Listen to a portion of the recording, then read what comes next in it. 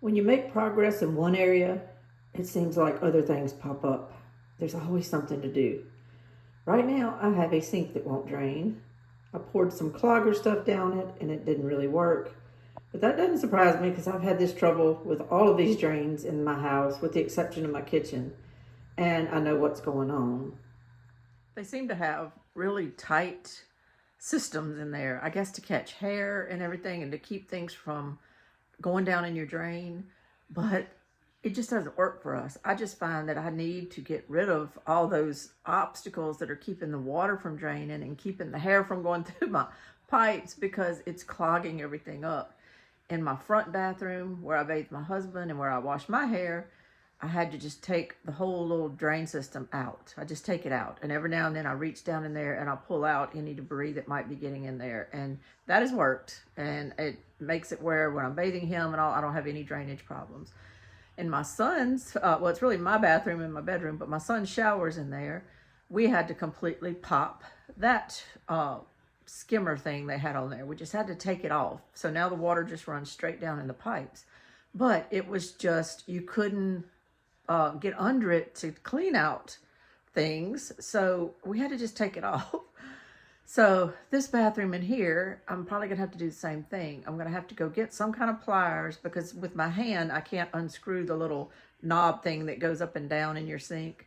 I can't get it to unscrew and come off. So I'm gonna have to get some pliers and unscrew it and just take it off. See if I can just clean out whatever's there.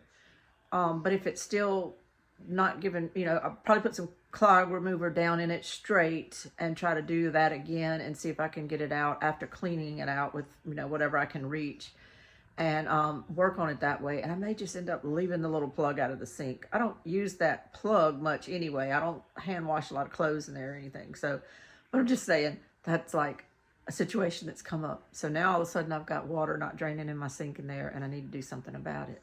But that's not the only thing that came up the last couple of hours.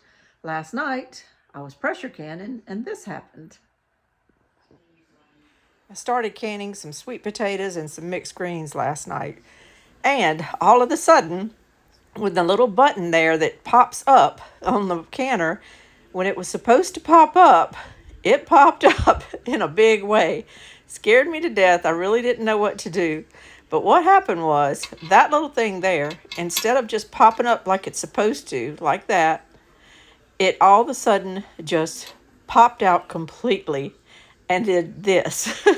So I walked over there to check on it, and it was laying up on the top like that. And I didn't know what was going on. It had never happened before.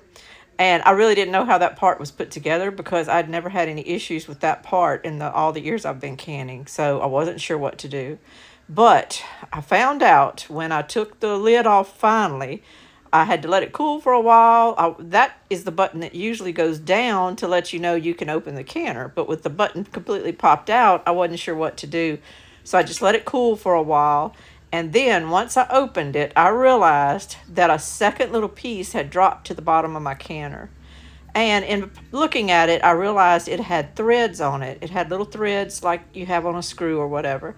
So I realized that that little piece screwed into the top piece and they had just come unscrewed. And that was so good because I thought I was going to have to order parts or get another canner. I wasn't sure what to do. You're already thinking you're going to be calling on an 800 number and getting some advice or something. So I was glad to see that that little part was inside my canner. So I'm going to try to get that worked on today. I'm going to screw it back together and I've got to recan this stuff. And I put it in the refrigerator, so now I have to let it come to room temperature and all before I can do it again. That little piece is broken before, and I reordered it, and I have some extras for that. But I didn't have any extras for this, so I thought I was kind of dead in the water right now. But I'm not, and I'm going to get that fixed and get it done and try to recan that stuff later today. Another issue, I'm embarrassed to say, but I think I have a mice, whatever, has gotten up under my trailer. It happened before, not long after we moved in. And what I did was this. I went to the hardware store, and this is not the original packaging, of course. This is just a Ziploc. But you buy these chunks of rat poison stuff, and it's kind of like a peanut butter bar for them. and you put it wherever you think they are, but keep it away from pets. And they eat it, and what it does is it doesn't kill them when they eat it like some rat poisons do. What happens is when it makes them thirsty. It makes them thirsty after they eat this peanut buttery type situation bar, and then they go find water somewhere, and then once they drink the water, boom, their stomach swells up, it kills them, and it takes care of them, hopefully. If there's one thing in this world, y'all, that I do not care for, it's having mice and anything like that. Now, I've had nothing in my house, but I heard it scratching around under the floor kind of area in my kitchen last night, and that's what happened before. And so what I did before was I took this stuff, and you break it off in little bitty pieces if you want to, and I put it in all the spots around my trailer that I thought they could be gaining entrance or whatever, or you just put it wherever, because they'll smell it. But I want to keep it away from my dog, so I kind of put it under my trailer in a couple of different spots, and they smell it, they come, they start nibbling, they think it's great, it's a snack, they've discovered something, and then boom, the next time they drink water, it takes care of them. And it did, at least I think it did, because I have not seen evidence or heard anything under my trailer in a long time, and then all of a sudden I heard it again last night. So I just, one more thing. So this morning, instead of doing things I want to do, I was dealing with kind of figuring out my canner, analyzing this sink, but I didn't have the right tool inside my house to use to unscrew the top. So I'm gonna have to go find the tool either out here on my new little tool rack I built or in my 18-wheeler, depending on where it is. So that's two things. And then now I've got to go around my house and shove some of this little poison up in there. Before I do it though, I've got to get my hammer or something and kind of break it into little pieces. So that's what I'm working on this morning. I also got a phone call just a little while ago saying, do you have two blondish colored dogs? Yes, I do. And what I was worried about was they got hit, because the person that called me lives across the road from me. And we have been letting the dogs just kind of be in our yard, not all night long. They're kenneled up all the time, but kind of once I'm out in the morning and I'm working around my yard, I've been letting them out. And then if I go inside the house for a while for something, I just have been leaving them out.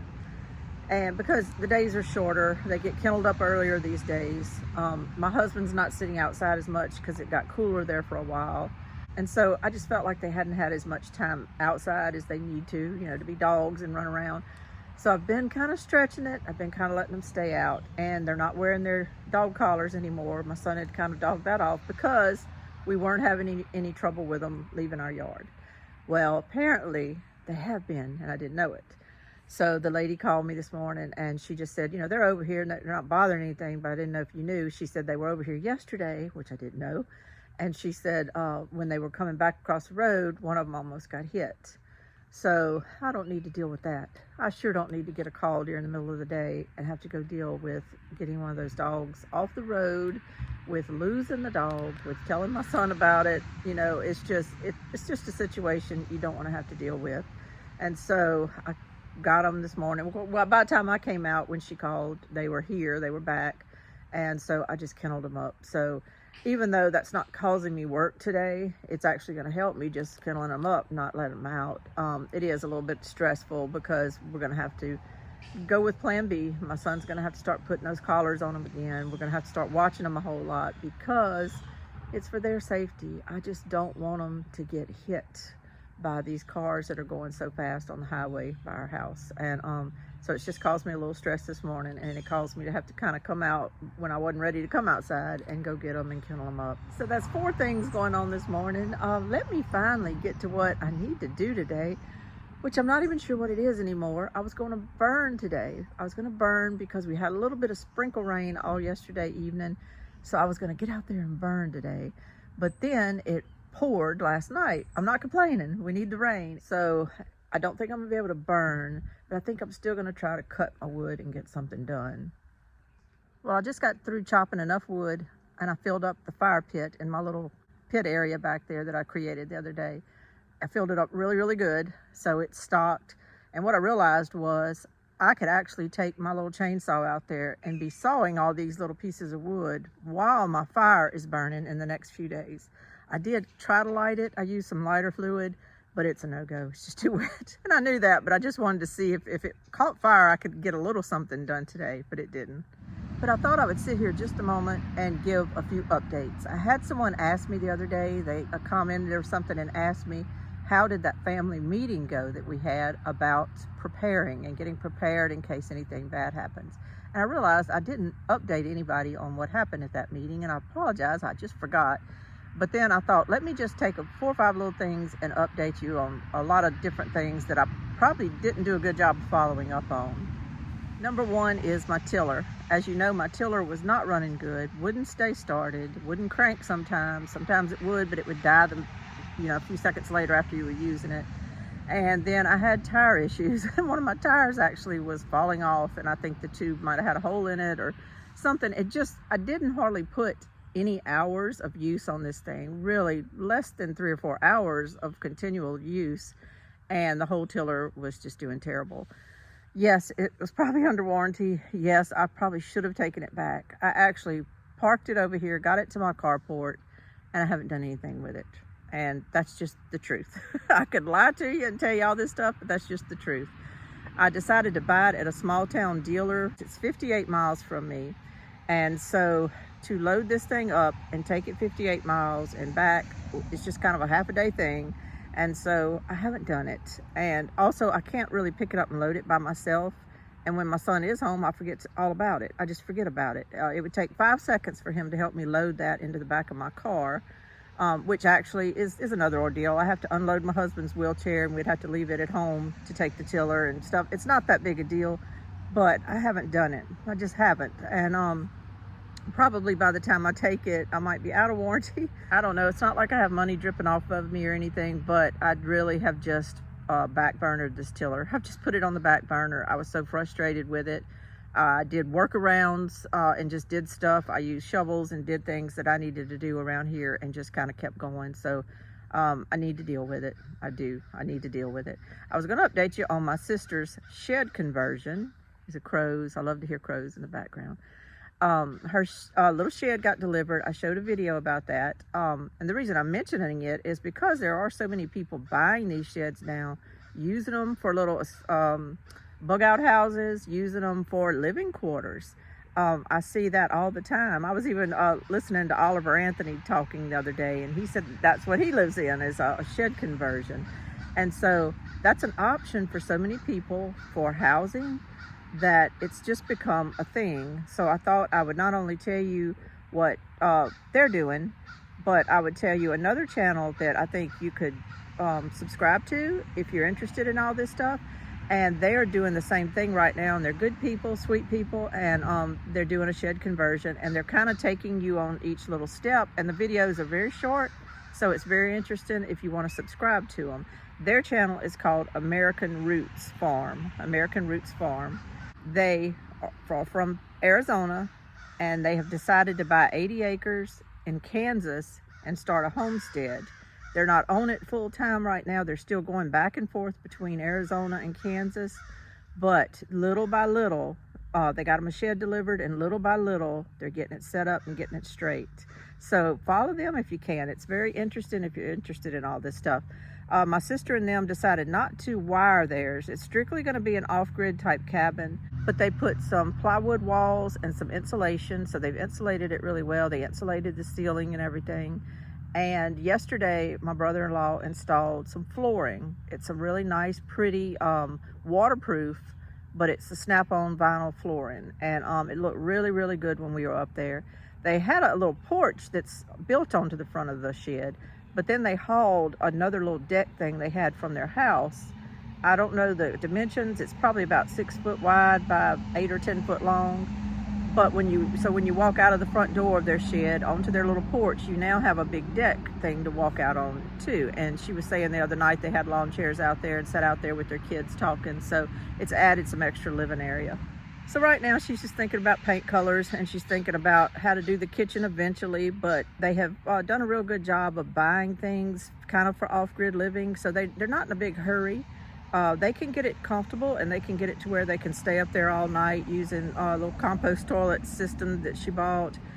She has solar generators. They have other type of generators. When I was up there, a fan was running, and she was telling me how many hours it could run on her battery and everything. So they kind of have a plan to make it where they can go up there and enjoy it and have the kids up and spend the night here shortly and everything. So a few more things they have to do, I think, and then they're going to start maybe trying to spend the night there every now and then. But it's really comfortable.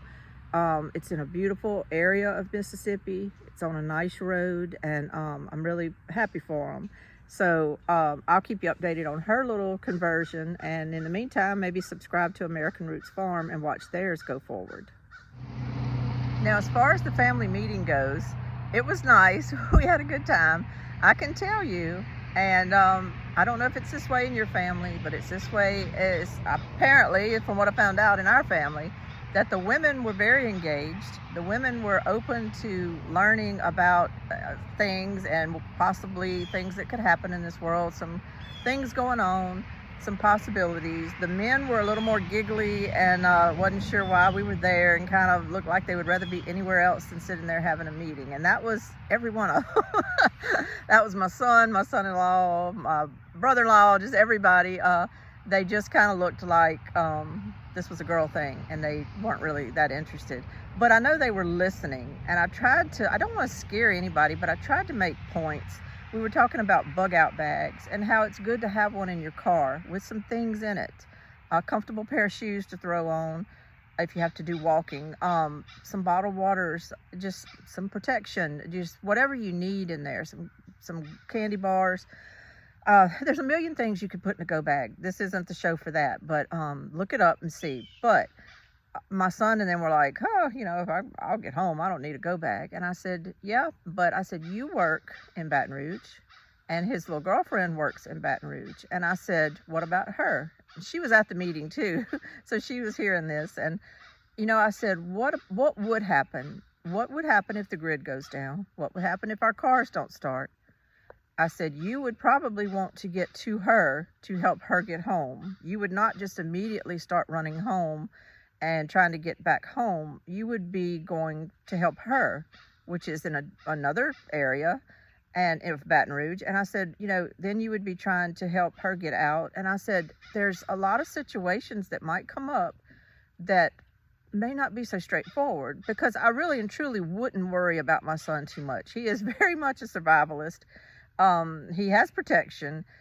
He just, the kid can just, you could put him at the top of a mountain and not worry about him. I mean, he would be fine. I'm not worried about him. He's very much a self-preservationist, take care of himself. He'll fight if he has to. He's a tough kid. But it's not the same when, say, you're a woman in dress clothes in Baton Rouge or wherever you live, and all of a sudden in an office situation, you're in a situation where everybody is going home. And y'all, we can't always just assume that it's going to be a situation where cars don't start and everything. Okay, what if cars do start? What if it's simply a situation that comes up during the day, like the people in New York City experienced on 9/11, to where everybody is trying to leave at one time?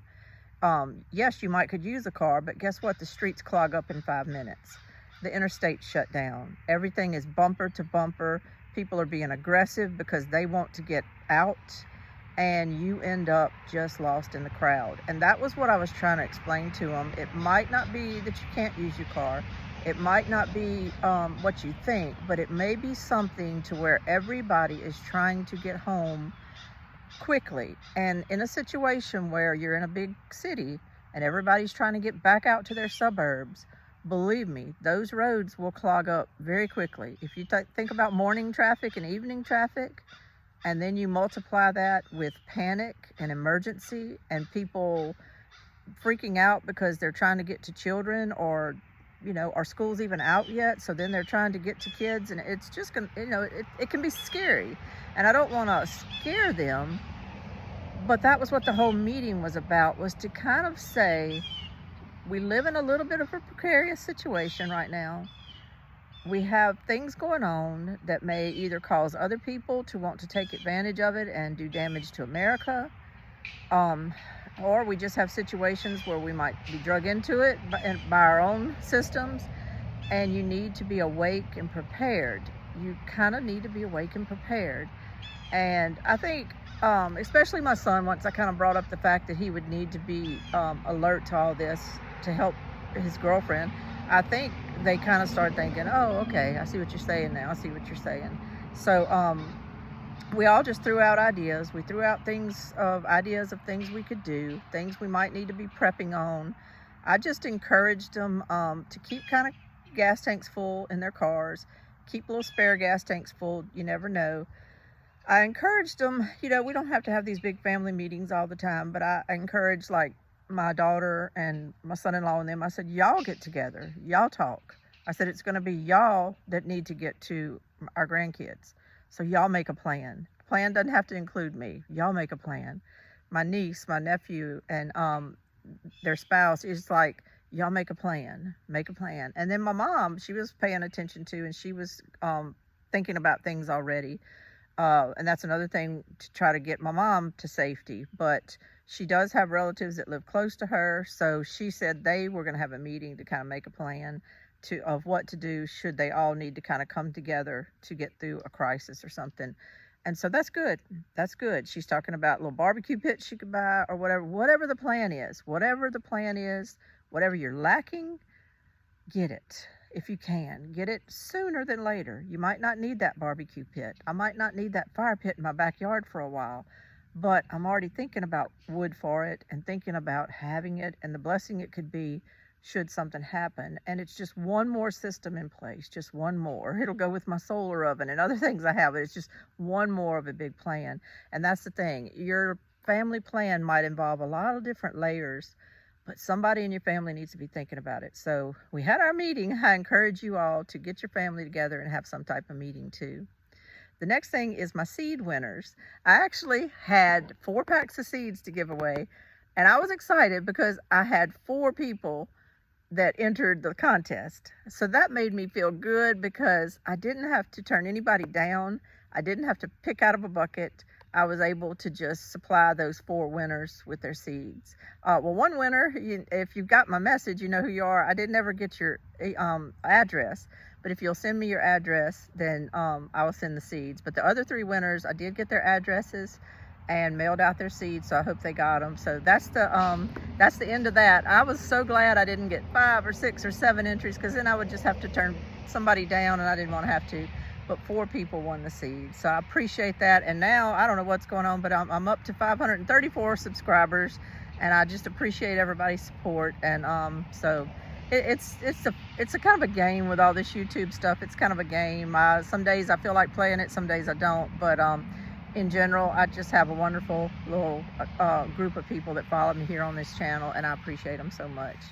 The last thing I wanted to update on was the healthcare decision that I might be making concerning whether I should go with one of the share healthcare plans or just re-up with my Obamacare plan whose premiums are going up. And it was just so disheartening because they had also raised my deductible and my out-of-pocket, and it just seems like with these plans you're just taking on more and more risk to where you're basically just self-pay. Unless something bad happens, you have no health care plan because you're going to pay the bills for everything. So it's just disheartening, and I was wanting to get off of that roller coaster. I've been praying about it, but I can tell you I haven't felt a definitive answer, and that sometimes my definitive answer just comes with whether I feel peace with something. I don't know. I'm not saying I'm picking lesser of 2 evils, because I don't think the share plans are evil or anything like that. I mean, I think they're good. What I liked about them was you're untethered to this system. They don't care about your income. They don't care where you live.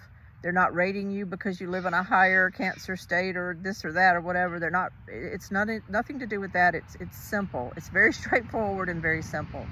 And I'm gonna maybe consider it here shortly. But what I decided, I think, is just right now to go ahead and re-up with what I have, crappy as it is, and just take that stress off my plate too. That was the kind of point of my last video, was taking things off of my plate, and I think I'm going to take this decision off of my plate. I might only be taking it off of my plate for a few months, maybe after the first of the year, I will go ahead and maybe try the sheriff plan. But for right now, I think I'm just going to take the stress of making the decision right now off my plate. I don't think a couple of months is going to make that much difference one way or the other. I did talk extensively to a wonderful lady that works for Share Healthcare, and got a lot of extra information, and I actually feel really good about that particular company. I just don't want to feel like I have to be under the gun before December 15th. I do have to be under the gun for the Obamacare before then. Well, they'll automatically re-up me no matter what I do by the 15th, unless I cancel. I think I'm just going to let that automatic go into effect and just at least January or February deal with it.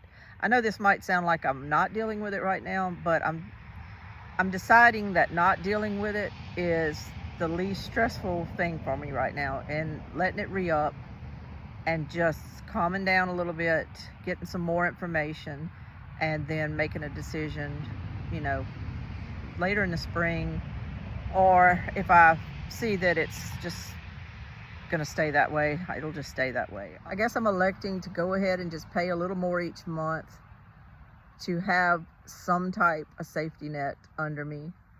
You have to understand where we live too. Baton Rouge, I don't live in Baton Rouge. I live about an hour away from Baton Rouge, but Baton Rouge is a big center of Blue Cross plans. There's Blue Crosses in other states, South Carolina, Texas, or whatever, but Baton Rouge has a huge Blue Cross complex. Lots of employees, hundreds, maybe thousands of people in Baton Rouge area are employed at Blue Cross. It's a big ordeal. The doctors all deal with Blue Cross around here. It's kind of seamless. When you go to the doctor or a hospital, when you whip out a Blue Cross card, yes, my deductible is so high that I'm basically going to be paying them anyway, but whipping out that card and giving it to them is kind of your safety net that shows this person is insured. We'll treat them. If we have to admit them, we'll admit them, because we know eventually when the charges rack up, Blue Cross is going to pay us something. And I don't think they have as much confidence down here in a share healthcare plan, and they're not used as much here that I know of. I think they're a lot more used in some of the other areas like the Carolinas and Virginia and places like that, and I think that they would be a good option for me, except I just worry around here of kind of almost being treated like I don't have insurance. And that's the things I need some more peace on before I kind of make that jump.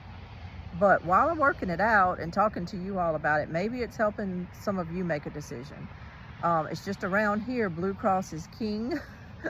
I wondered why they weren't really upset about Obamacare and stuff, and then you figure out later it's because they are Obamacare. They are going to be, they took on more paying people into their plans than they had in history, and they've grown to be this big behemoth.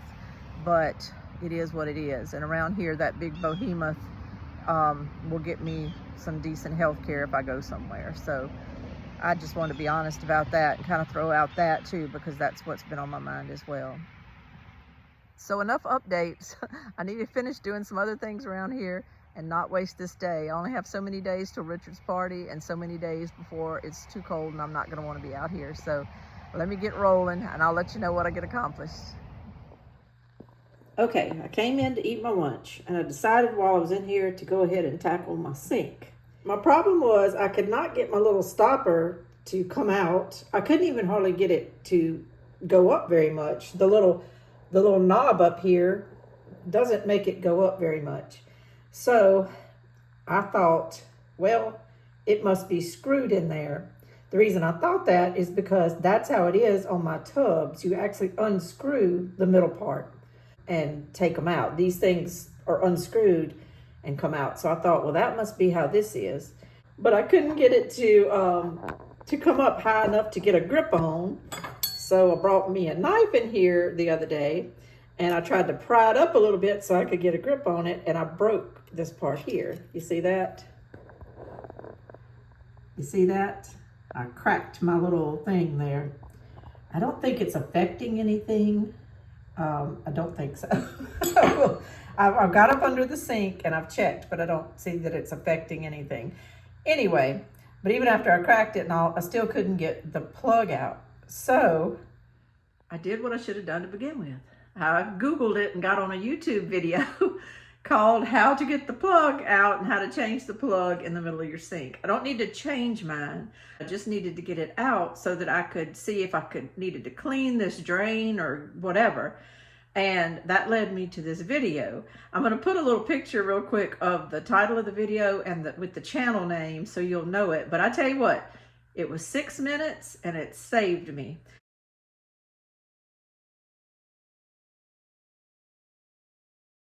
It told me that underneath the sink, there was a little up and down mechanism. Some of you men are going to be laughing about this. You know all this stuff. I didn't know how all this worked. Well, I assumed it was screwed in. So I really was watching that whole video thinking, I'm wasting my time. I don't have the regular little up and down system like you normally have with sinks. I must not have that. Mine must be screwed in. But when I got up under my sink, guess what? There it was. It's called a little pivot system. And there's a little pivot, little bubble thing that actually, when you push your knob up and down on your sink, it makes your little plug in the bottom of your sink go up and down. And I do have that. Mine was not screwed in. So let me show you what it looks like. So I got up under my sink and this is what the little plug system looks like. I already unscrewed it and took the plug out of my sink. It came right out after I unscrewed that. And now I'm gonna put it back in, but here's what I'm gonna do. If you put it back in to where the little plug, the little pivot they call it, goes through that hole, then that controls it going up and down in your sink. If you turn this thing at a 90-degree angle and you make it to where the pivot doesn't go through the hole, it just sits underneath this little base here, it'll still go up and down when you tell it to, but it'll make it to where when you grab the top of this and pull on it, like from the sink, it'll come on out of the sink. The reason it wasn't coming out a while ago is because my pivot was through that hole and the pivot was holding it down. So I could have pulled all day, it wasn't going anywhere. But if I turn this around and make sure that the little stem of the pivot doesn't go through the hole, I can pull this out now anytime I want to and clean my drain.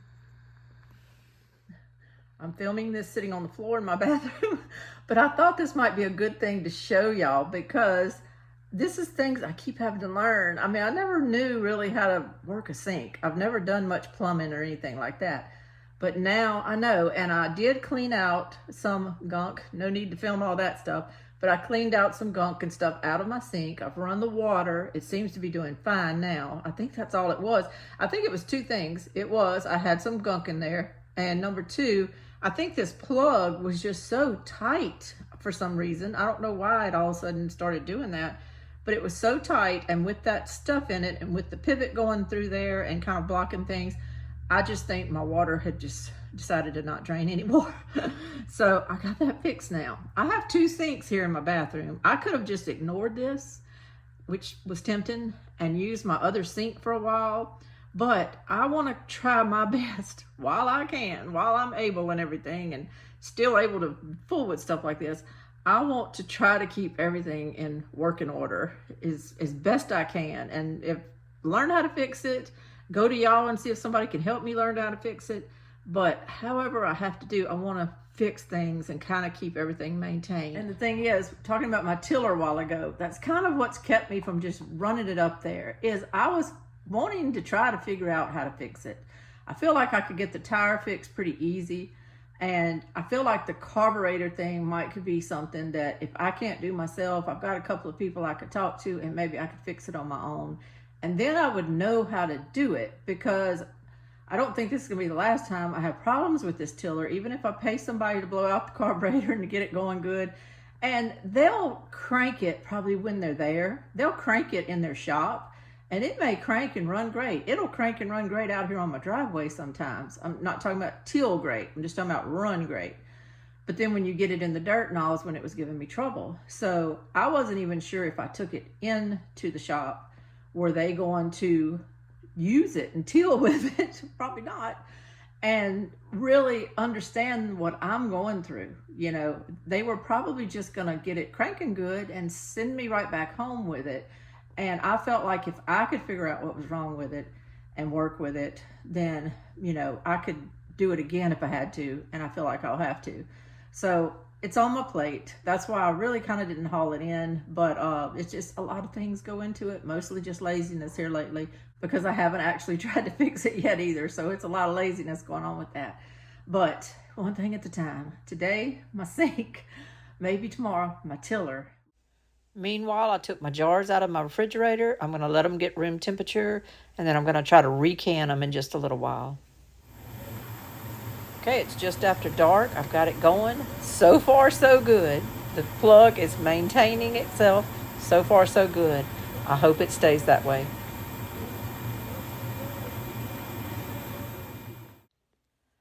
Final update. It went fine. It came out good. I ended up with 5 pints of sweet potatoes and 2 pints of mixed greens. My mom had given me 4 sweet potatoes the other day, and I wasn't really sure if it was worth canning them. I had already canned this real big batch of sweet potatoes, and then all I had left were these 4 that she gave me the other day. But I decided to go ahead and try it, and it ended up making 5 pints. There's one in the back you can't really see. But I wanted to fill my canner a little bit more, so I picked some greens out of my yard, some Chinese Mishahili cabbage, some Florida broadleaf mustard greens, and some 7-top turnip greens. And I parboiled those for about 5 minutes, and they made 2 pints of greens. So I put them all together. And just having done this little batch from kind of scraps, I kept thinking of that scripture, gather the fragments that nothing be lost. And I just thought to myself, what a blessing. Just from fragments, I now have these beautiful items for my pantry and to feed my family. I feel so blessed. I hope you do too. This is Lainey at Hilltop Homeplace. Y'all have a wonderful rest of the week and stay free. Thank you so much for joining me this evening. Bye-bye.